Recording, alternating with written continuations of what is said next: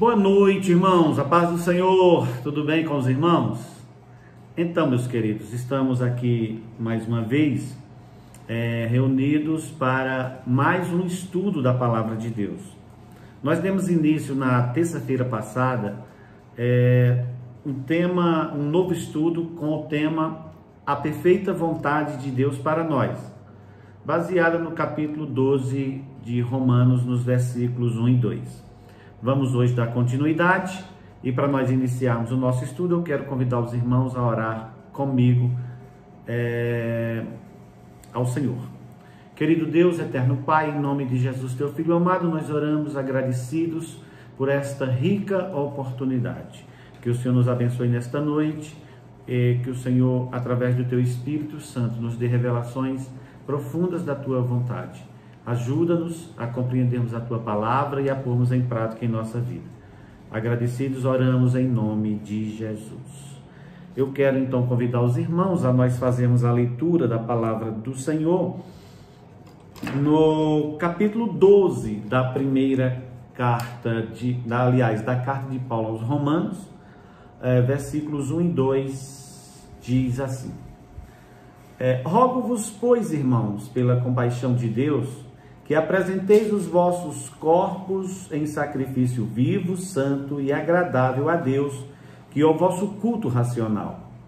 E não vos conformeis com este mundo, mas transformai-vos pela renovação do vosso entendimento, para que experimenteis qual seja a boa, agradável e perfeita vontade de Deus. Esse é o tema do nosso estudo, a perfeita vontade de Deus para nós. E vimos na última doutrina, no último estudo, que o primeiro tópico, e nós tiramos como tema do subtópico, a primeira vontade de Deus para nós é que nós anunciemos as suas virtudes. Baseamos esse tópico na primeira carta de Pedro, no capítulo 2, no versículo 9, que disse: Mas vós sois a geração eleita, o sacerdócio real, a nação santa, o povo adquirido, para que anuncieis as grandezas daquele que vos chamou das trevas para a sua maravilhosa luz. Se você está assistindo esse estudo pela primeira vez e não viu esse tópico, eu recomendo você a voltar no tópico passado, que tem esse tema, que anunciemos as suas virtudes. Hoje nós vamos dar continuidade. A segundo tópico a perfeita vontade de Deus para nós que sejamos santos, baseado no versículo 14 do capítulo 12 da Epístola aos Hebreus, que diz o seguinte: segui a paz com todos e a santificação, sem a qual ninguém verá o Senhor. Esse é o versículo 14 do versículo 12 de Hebreus, em que nós baseamos então o nosso tópico de hoje: que sejamos santos. Nós podemos, antes de iniciar, dar uma explicação sobre o conceito de santidade. O conceito de santidade bíblico é diferente do conceito de santidade que as pessoas não evangélicas entendem. E geralmente as pessoas de predominância católico romano entendem que por santo aquelas pessoas que já morreram e que o Vaticano as beatifica, ou seja, o Papa faz lá um ritual e torna aquela pessoa santa. Esse não é o conceito de santidade na Bíblia. O conceito de santidade bíblico é algo real, algo presente para mim, para você, para todas as pessoas que confessam ou professam a fé em Cristo Jesus, ou a fé evangélica, a fé nos evangelhos, a fé nas cartas dos apóstolos. Então, o conceito bíblico de santidade é um conceito de separação. Quando nós falamos de santidade, nós estamos falando de separação. E também precisamos entender essa separação. Essa separação aqui é a separação das práticas pecaminosas, é a separação do modo de vida que as pessoas vivem, que afrontam a palavra de Deus. Você está entendendo? Então, santidade significa separar-se. Por exemplo, o apóstolo Paulo, escrevendo aos Efésios, diz: aquele que mentia, não minta mais. Quando alguém opta em não mentir mais, essa pessoa está se santificando da mentira. Você entende? Ela está se separando da mentira. Aquele que bebia não bebe mais, ele está se separando, ou seja, ele está se santificando da bebida. Aquele que vivia uma vida de adultérios e ele não adultera mais, ele não prostitui mais, ele está se santificando dessa prática. E isso é o conceito de santidade bíblico, o conceito de santidade evangélico. Não aquele conceito de santidade de que alguém beatifica alguém após a morte. Não é nada disso. Então, vamos falar sobre santidade. Santidade é uma exigência do Senhor. Pedro, escrevendo na sua carta, ele fala: assim como é santo aquele que vos chamou, sede vós também santo em toda a vossa maneira de viver. Então, santidade é uma doutrina bíblica e nós precisamos. A santidade, ela é um tema atualíssimo. Enquanto a igreja do Senhor estiver aqui na terra, a santidade é necessária.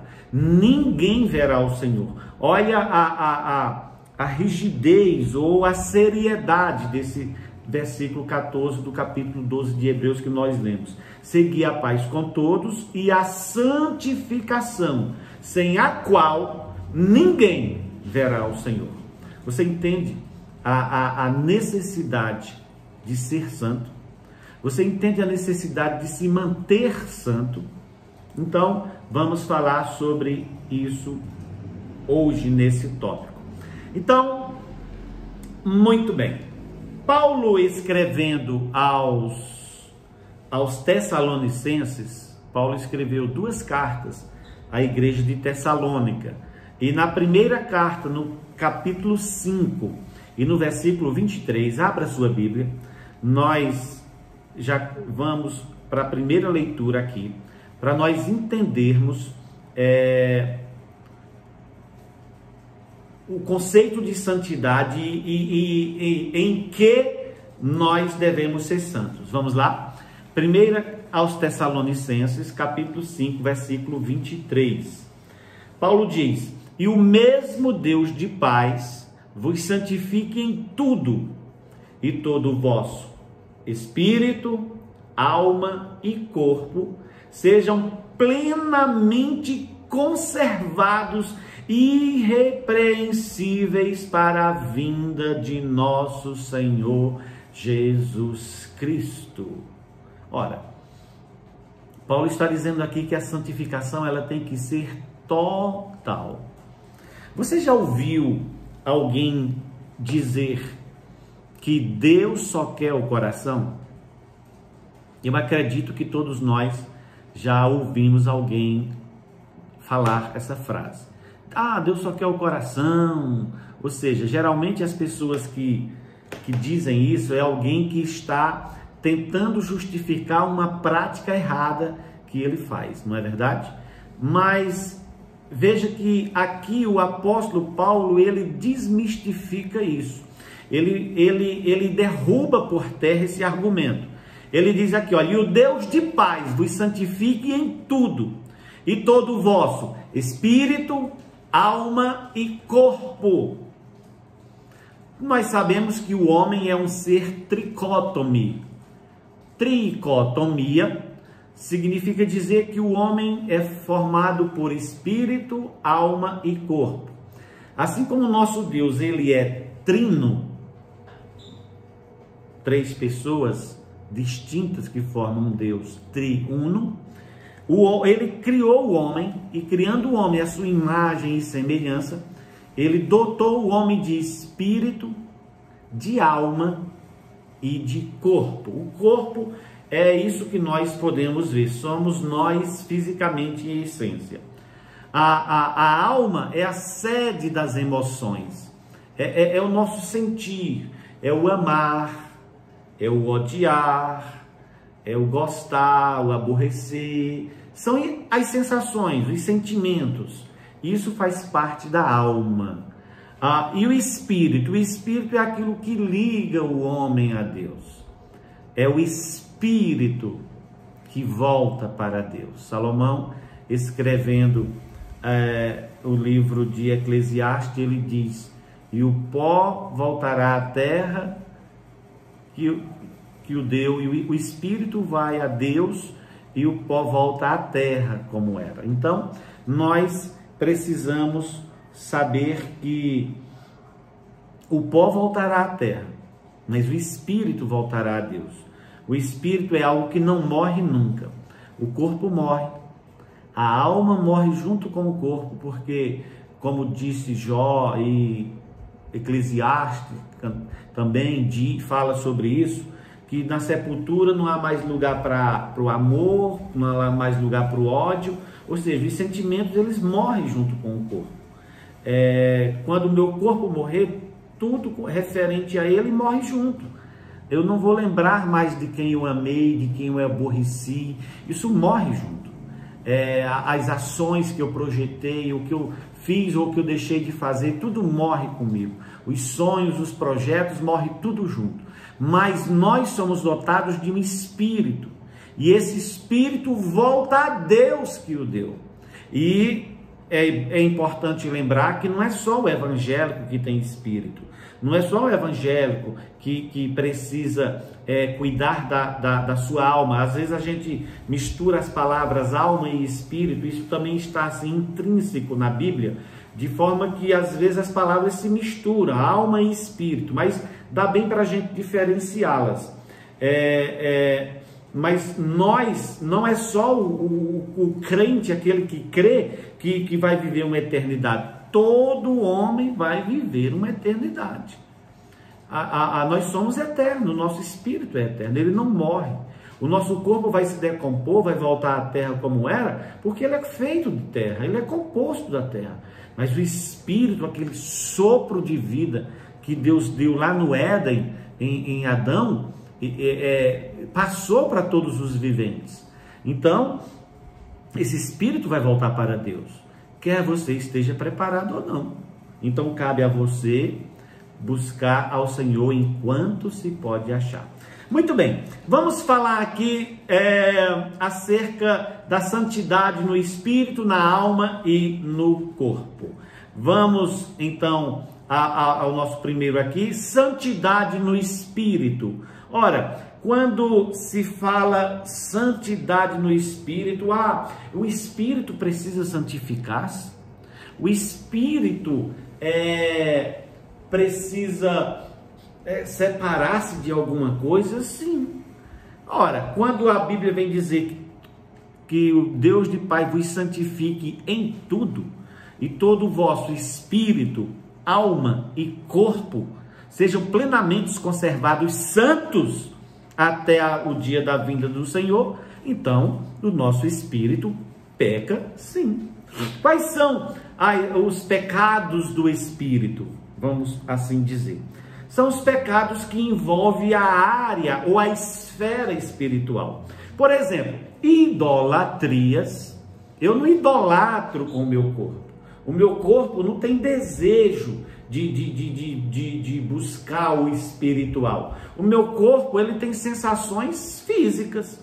Eu sinto fome, eu preciso comer. Eu sinto frio, preciso me cobrir. Eu sinto dores, preciso me medicar. Eu sinto essas sensações fisiológicas, são coisas do corpo. E daqui a pouquinho nós vamos falar sobre os pecados do corpo. Mas agora nós vamos falar do espírito. Então, quando eu busco por algo espiritual, buscar a Deus através de ídolos, ou em vez de adorar ao Deus verdadeiro, eu crio um ídolo e ele agora é o meu Deus, e eu vou orar a ele, eu vou confiar nele, eu vou buscar nele a solução para os meus problemas. Isso é um pecado do espírito. Eu estou substituindo o Deus verdadeiro, o Criador, e colocando alguém no seu lugar. É um ídolo. Então isso são pecados do espírito. Os pecados do espírito são as idolatrias, as heresias. O que são heresias? Heresias são distorções da verdade, da palavra de Deus. Alguém criar normas, alguém criar doutrinas, alguém criar artifícios, mecanismos que façam com que a pessoa desvie a fé do alvo. Por exemplo, eu posso simplesmente,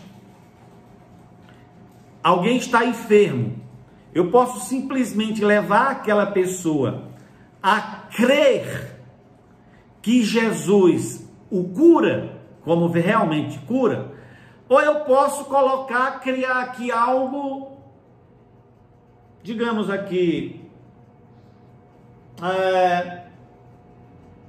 tá aqui, digamos que essa canetinha aqui seja, leva essa caneta eu orei, ungi, essa caneta aqui está cheia de poder.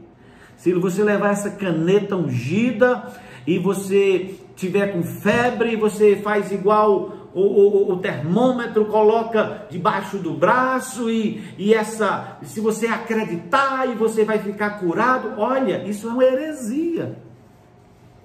Eu estou desviando a fé do enfermo do verdadeiro Deus que cura e colocando em algo, em um objeto que isso aqui só serve para escrever. A função disso aqui, é para que foi feito, escrever. Você está entendendo? Então, idolatrias, heresias, cultos a entidades, culto a seres espirituais, culto às coisas criadas, sabe? Tem gente que adora o sol, adora a lua, as estrelas, os astros. Você já viu falar de astrologia? Consultar os astros, ver o que o horóscopo diz. Isso é pecado. Ninguém pode desviar a fé do Deus genuíno. Quem acredita no Senhor, quem confia em Deus, os servos de Deus colocam a sua confiança unicamente nele. Idolatrias, heresias, cultos diversos que não sejam ao Deus verdadeiro, tudo isso são pecados do Espírito. E aqui a palavra de Deus nos diz, vamos ler a primeira referência, 1 Coríntios capítulo 12, versículo 2, abra a sua Bíblia, por favor, não fique só me ouvindo, confere na sua Bíblia. Diz aí o versículo 2 do capítulo 12, vós bem sabeis que erais gentios, levado aos ídolos mudos, conforme éreis guiados. Isso aconteceu com a maioria de nós. Se você não teve a felicidade de nascer num lar cristão, num lar evangélico, onde os seus pais tiveram o privilégio de conhecer Jesus antes de você nascer, então você foi como eu, como a grande maioria. Nós éramos guiados aos ídolos mudos. Sabe, uma peça de arte que um escultor fez ou um pintor pintou, na sua grande maioria são peças bonitas porque é arte, mas não é Deus. Aquilo não é Deus, aquilo não representa Deus. O nosso Deus é vivo, real e está no céu. E ele está mais do que no céu, ele está dentro do coração daqueles que receberam o seu Filho Jesus como Salvador. Ele mora na pessoa que aceitou o seu Filho Jesus como Salvador, ele mora nessa pessoa através do Espírito Santo. Então nós precisamos saber disso. Idolatrias, cultos a coisas criadas, a demônios, a espíritos, ocultismo, são tantas coisas que o nosso espírito se corrompia, e a palavra de Deus aqui está dizendo: santifique-se, e o Deus de paz vos santifique em tudo, e todo o vosso espírito tire de você. Se você crê em algo que não é unicamente o Senhor, isso é um ídolo. Não coloque a sua fé em coisas criadas pelos homens, ou em doutrinas demoníacas, ou mesmo doutrina de homens, não coloque. Coloque a sua fé única e exclusiva no Senhor Jesus, e você será vitorioso. Amém? Santifique-se disso. Santifique-se, porque sem santificação ninguém verá o Senhor, é o que diz a palavra de Deus. Vamos agora para a santidade na alma. Nós vimos santidade no espírito. Vamos ver santidade na alma. Eu falei aqui no início que a alma é a sede das emoções.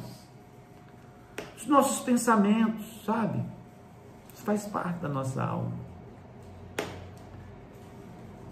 Abra sua Bíblia na segunda carta de Paulo aos Coríntios. Abre. Segunda carta de Paulo aos Coríntios, no capítulo 10 e no versículo de número 5. Nós estamos falando agora da santidade na alma. A alma é a sede das emoções. Você precisa ter cura nas suas emoções. Como existem pessoas emocionalmente enfermas? Como existe? E as suas emoções, os seus pensamentos, você precisa levá-los para Cristo. Vamos ler a referência? 2 Coríntios capítulo 10, versículo 5, a palavra nos diz assim: destruindo os conselhos e toda altivez que se levanta contra o conhecimento de Deus, e levando cativo todo o entendimento à obediência de Cristo. Olha como é lindo essa expressão, esse mandamento do apóstolo São Paulo para a igreja de Corinto, que serve para mim e para você hoje. Olha, destruindo os conselhos. Destruindo os conselhos. Aquilo que você tem por conceito. As pessoas usam muito a palavra preconceito. Preconceito significa formar uma opinião antes de conhecer. Preconceito.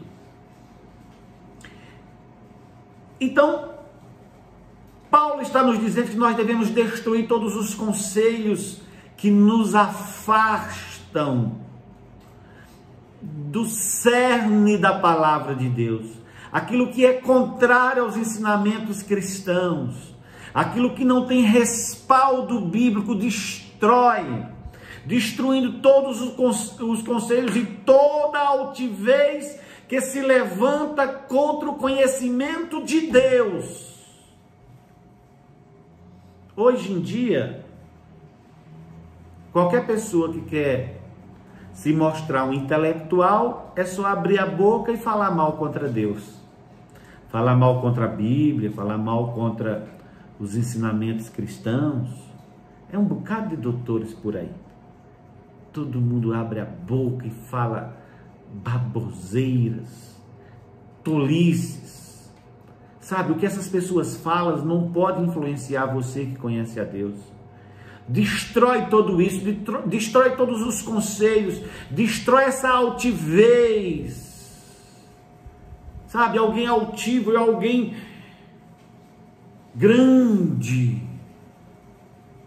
que não se deixa mais aconselhar pela palavra, que não ouve mais a instrução. Alguém altivo é alguém de nariz empinado. Eu já sei, eu sei mais. Destrói isso, todos os conceitos que você formou. Paulo podia dizer isso aqui, sabe por quê? Porque Paulo foi um homem culto, ele foi instruído na doutrina dos homens, ele foi instruído nos conceitos do judaísmo, ele aprendeu com um dos maiores líderes de Israel na época, Gamaliel, um homem que fazia parte do Sinédrio, um homem totalmente respeitável. Paulo aprendeu com ele, mas quando Paulo conheceu a Cristo, Paulo disse: eu considero tudo que eu sei, tudo que eu aprendi, eu considero agora como esterco. Como esterco. Destrói os conselhos, a altivez que se levanta contra o conhecimento de Deus. Leva cativo, que leva cativo é levar preso. Pega o teu entendimento e leva ele cativo, preso a Jesus. Não quero saber o que diz essa filosofia de vida, eu não quero saber o que diz esse conceito humano, eu não quero saber o que diz esse dogma religioso, eu quero saber o que diz a palavra de Deus. Eu quero saber o que diz o Cristo que eu vivo, o Cristo que eu sirvo, o Cristo que vive em mim. Leva cativo o teu entendimento. A quê? A obediência de Cristo. Destruindo os conselhos e toda altivez que se levanta contra o conhecimento de Deus, e levando cativo todo o entendimento à obediência de Cristo. Sabe, as nossas sensações, as nossas emoções, elas precisam ser trabalhadas pela palavra de Deus. Você precisa aprender a amar como a palavra ensina a amar. Você precisa aprender a perdoar como a palavra ensina a perdoar. Não importa qual o conceito que você tem, qual o entendimento que você tem. Quem perdoa é Deus. Não. Deus tem a parte no perdão dele, sim. Mas você tem o poder de perdoar aquele que te feriu, que te agrediu, que te machucou. Isso é função sua, não é de Deus. O homem tem uma dívida para com Deus, mas tem uma dívida uns para com os outros. Antes da comunhão vertical, existe a comunhão horizontal. Aliás, não pode nem existir comunhão vertical, ou seja, comunhão para Deus, comunhão para o céu, se não existe comunhão aqui entre os irmãos. João, escrevendo a sua carta, disse como pode alguém dizer que ama a Deus, comunhão vertical. Se não ama seu irmão, que não vê, não, isso é mentira. Então, nós precisamos trabalhar as nossas emoções, nós temos que sará-las, nós temos que curá-las. E como é que nós fazemos isso? Como é que as nossas emoções, como é que os nossos pensamentos podem ser levados cativos a Cristo? Ora, você dedicando-se totalmente e integralmente à palavra de Deus, meditando nela, assim como a própria palavra diz, meditando na palavra de dia, de noite, andando pelo caminho, levantando-se, deitando-se, assim, simples. Deixa a palavra de Deus povoar sua mente. Deixa a palavra de Deus povoar o seu coração. É isso que vai mudar. Do que você se alimenta, do que você coloca para dentro de si, é isso que vai reger sua vida. Não é diferente tanto no espírito como na alma, e nem é diferente no corpo. Aquilo que mais você alimenta é o que mais você vai ter. Se você pensa em coisas ruins ou coisas pecaminosas, e você passa o tempo todo se deleitando, meditando, pensando nisso, claro que é isso que vai dominar a sua vida. Mas se você meditar, se você parar, pensar, leia a Bíblia, leia a palavra do Senhor para você meditar naquilo que você leu.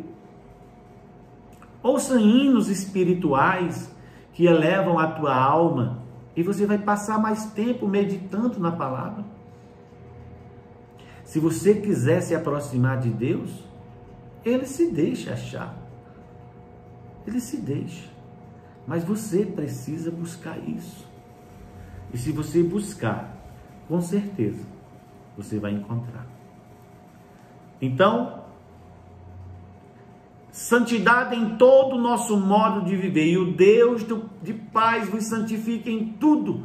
E todo o vosso espírito, alma e corpo sejam plenamente conservados, santos, até a vinda de nosso Senhor Jesus Cristo.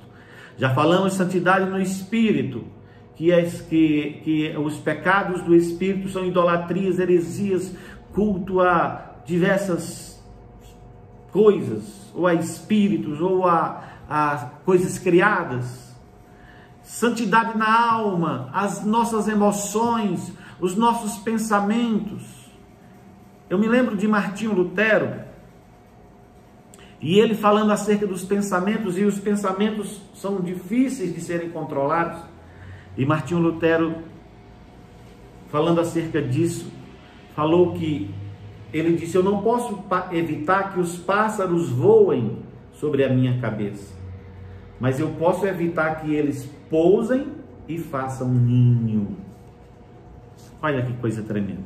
O que ele está dizendo para nós basicamente é, eu não controlo os pensamentos que vêm na minha mente, mas eu posso controlar se eu fico pensando neles ou não.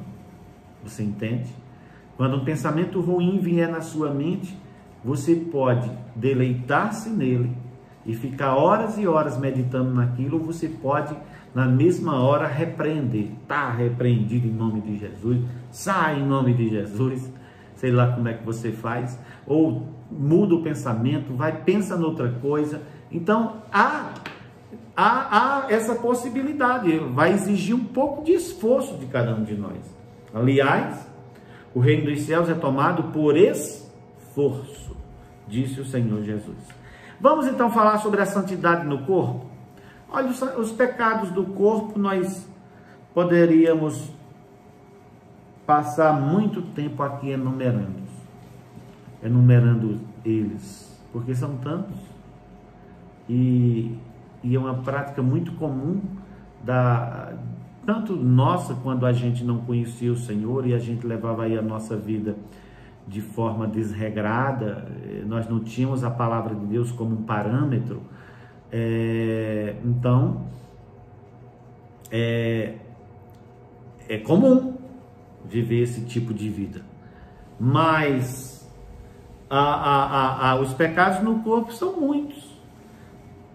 Pecados na esfera sexual, são tantos. Vícios, não é? São tantas coisas.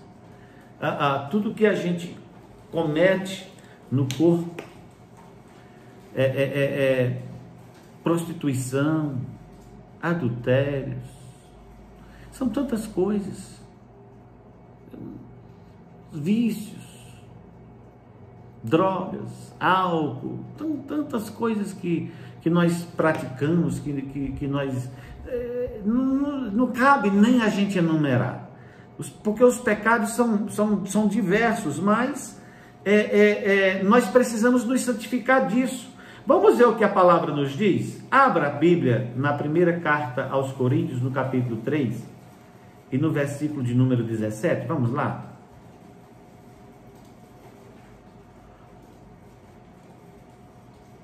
1 Coríntios capítulo 3 e versículo 17. Ora, você sabe que quando você creu em Jesus como Salvador, você passou a ser um templo aonde o Espírito Santo habita. Nós sabemos que Deus, que Jesus, ele não habita em templos feitos por mãos de homens. Por mais bonito que seja a igreja, por mais lindo que seja a sua ornamentação, por mais caprichado que seja tudo, não. Aquilo é um lugar separado, dedicado e consagrado a Deus, sim. Tem o seu valor, sim. Mas Deus não habita lá. Deus não habita no templo. Deus habita nas pessoas. Então, quando você recebeu a Jesus como Salvador, você tornou-se um templo do Espírito Santo. E Deus cuida muito com relação a esse templo. Eu e você precisamos tomar cuidado, porque o nosso corpo, ele é o templo do Espírito Santo. E Deus não aceita que eu faça do meu corpo o que eu quero fazer. Porque eu não sou meu. Olha que coisa tremenda. Nós vamos entender isso já já. Vamos ler primeiro essa referência aqui. 1 Coríntios capítulo 3, versículo 17, diz assim: se alguém destruir o templo de Deus, Deus o destruirá. Porque o templo de Deus, que sois vós, é santo. Você entendeu? O templo de Deus, que é você, que sois vós, é santo. É eu, o meu corpo é templo do Espírito Santo. É templo de Deus. Deus precisa de mim para habitar nesse mundo corporalmente. Claro, quando Jesus veio, ele, sendo Deus, deixou a sua glória, deixou de estar junto do Pai, do Espírito Santo, desceu, humanizou-se, e a Bíblia diz, o verbo se fez carne.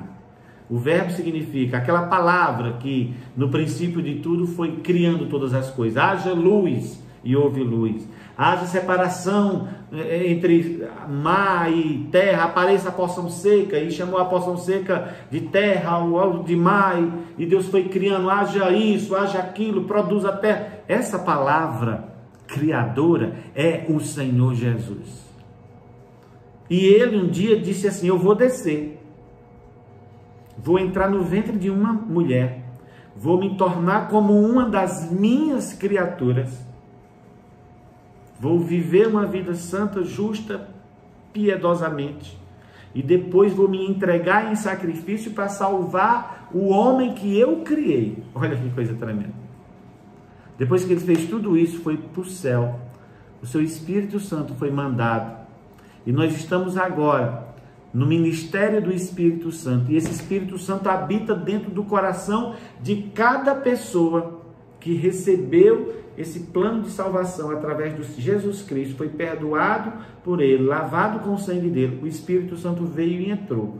Então, nós somos esse templo, é em nós que Deus habita. E esse templo é santo. Eu e você precisamos ser santos, precisamos de santidade, porque senão Deus não habita em nós. Deus não habita em templo imundo. Você é o templo do Espírito Santo. Olha, se alguém destruir o templo de Deus, entenda, o templo não é a igreja lá, o templo físico, feito de tijolos e massa, não. Entenda, se alguém destruir o templo de Deus, Deus o destruirá, porque o templo de Deus, que sois vós, é santo. Ou seja, eu sou o templo. Eu não posso destruir meu corpo. Eu não posso viver uma vida de pecados, eu não posso jogar drogas no meu corpo, eu não posso usar meu corpo para fazer coisas que desagradam ao Espírito de Deus. Eu não posso. Se eu destruir o meu corpo, Deus vai me destruir, porque eu tenho que ser santo, porque Ele habita em mim. E eu falei ainda agora que nós não somos de nós mesmos. Vamos ler essa referência? Eu não estou usando uma palavra minha, eu estou simplesmente repetindo a palavra que a Bíblia nos diz. Abra 1 Coríntios capítulo 6, vai um pouquinho mais para frente de onde você estava. Nós estávamos no capítulo 3, 17, vai mais para frente. Passa aí 2 ou 3 folhas da Bíblia e chega no capítulo 6. Lê comigo o versículo 19 e o versículo 20. Abriu? Olha o que diz. Ou não sabeis, que o vosso corpo é o templo do Espírito Santo, que habita em vós, proveniente de Deus, e que não sois de vós mesmos? Porque foste comprado por bom preço. Glorificai, pois, a Deus no vosso corpo e no vosso espírito, os quais pertencem a Deus. Ou não sabeis que o vosso corpo, esse corpo que você tem aí, não é seu. Aliás, nada que você tem é seu. Sabia disso? O Senhor te deu para que você administre, para que você viva. Nós somos apenas mordomos das misericórdias de Deus, das dádivas de Deus. Nem a nossa vida é nossa. Nenhum de nós sabe dizer quanto tempo durará a nossa vida. A gente pode fazer planos, mas a nossa vida pode terminar, sim, qualquer momento. Até o fôlego da vida está nas mãos e no controle de Deus. Eu e você não somos donos de nada. Então entenda, esse corpo que você tem, você não pode fazer dele o que você quiser. Sempre que você for fazer algo com o seu corpo, você tem que perguntar para o dono dele. E quem é o dono dele? Ou não sabeis que o vosso corpo é o templo do Espírito Santo que habita em vós, proveniente de Deus, e que não sois de vós mesmos, pois foste comprado por bom preço. Glorificai, pois, a Deus no vosso corpo e no vosso espírito, os quais pertencem a Deus. Nós não somos de nós mesmos. Deus pagou um alto preço por você. Pagou um alto preço por mim. Graças a Deus por isso. Encerrando o nosso estudo,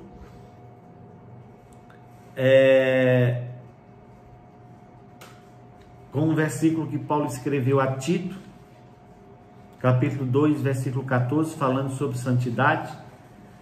Ele diz, falando sobre o próprio Jesus, que se deu a si mesmo por nós para nos redimir, ou para nos remir de toda iniquidade, e purificar, olha essa palavra aqui, purificar, tornar puro, tornar santo, para si um povo todo seu, zeloso e de boas obras. Se você faz parte desse povo, se pela fé você entrou na família de Deus, entenda, você é templo do Espírito Santo. Eu e você precisamos ser santo. Como é santo aquele que vos chamou, sede vós santos em todo o vosso procedimento, ou em toda a vossa forma de viver. A referência aqui de 1 Tessalonicenses 5:23, que deu para nós aqui base, para nós falarmos sobre espírito, alma e corpo, diz: e o mesmo Deus de paz vos santifique em tudo, e todo o vosso espírito, alma e corpo sejam plenamente conservados, irrepreensíveis, ou seja, que não há repreensão para a vinda de nosso Senhor Jesus Cristo. Amém, meus queridos? Deus abençoe os irmãos, Deus abençoe você, Deus abençoe sua casa, Deus abençoe sua vida, em nome de Jesus. Vamos orar? Senhor, te louvo, te glorifico pela palavra que acabamos de falar. Obrigado, que teu Espírito Santo possa nos orientar, nos ajudar a sermos santos em todo o nosso modo de viver. Que nós sejamos irrepreensíveis no espírito, na alma e no corpo. Que o Senhor nos conserve para si mesmo. Obrigado. Em nome de Jesus nós oramos agradecidos. Amém. Deus abençoe os irmãos, Deus abençoe você, Deus abençoe sua casa, Deus abençoe sua vida, em nome de Jesus.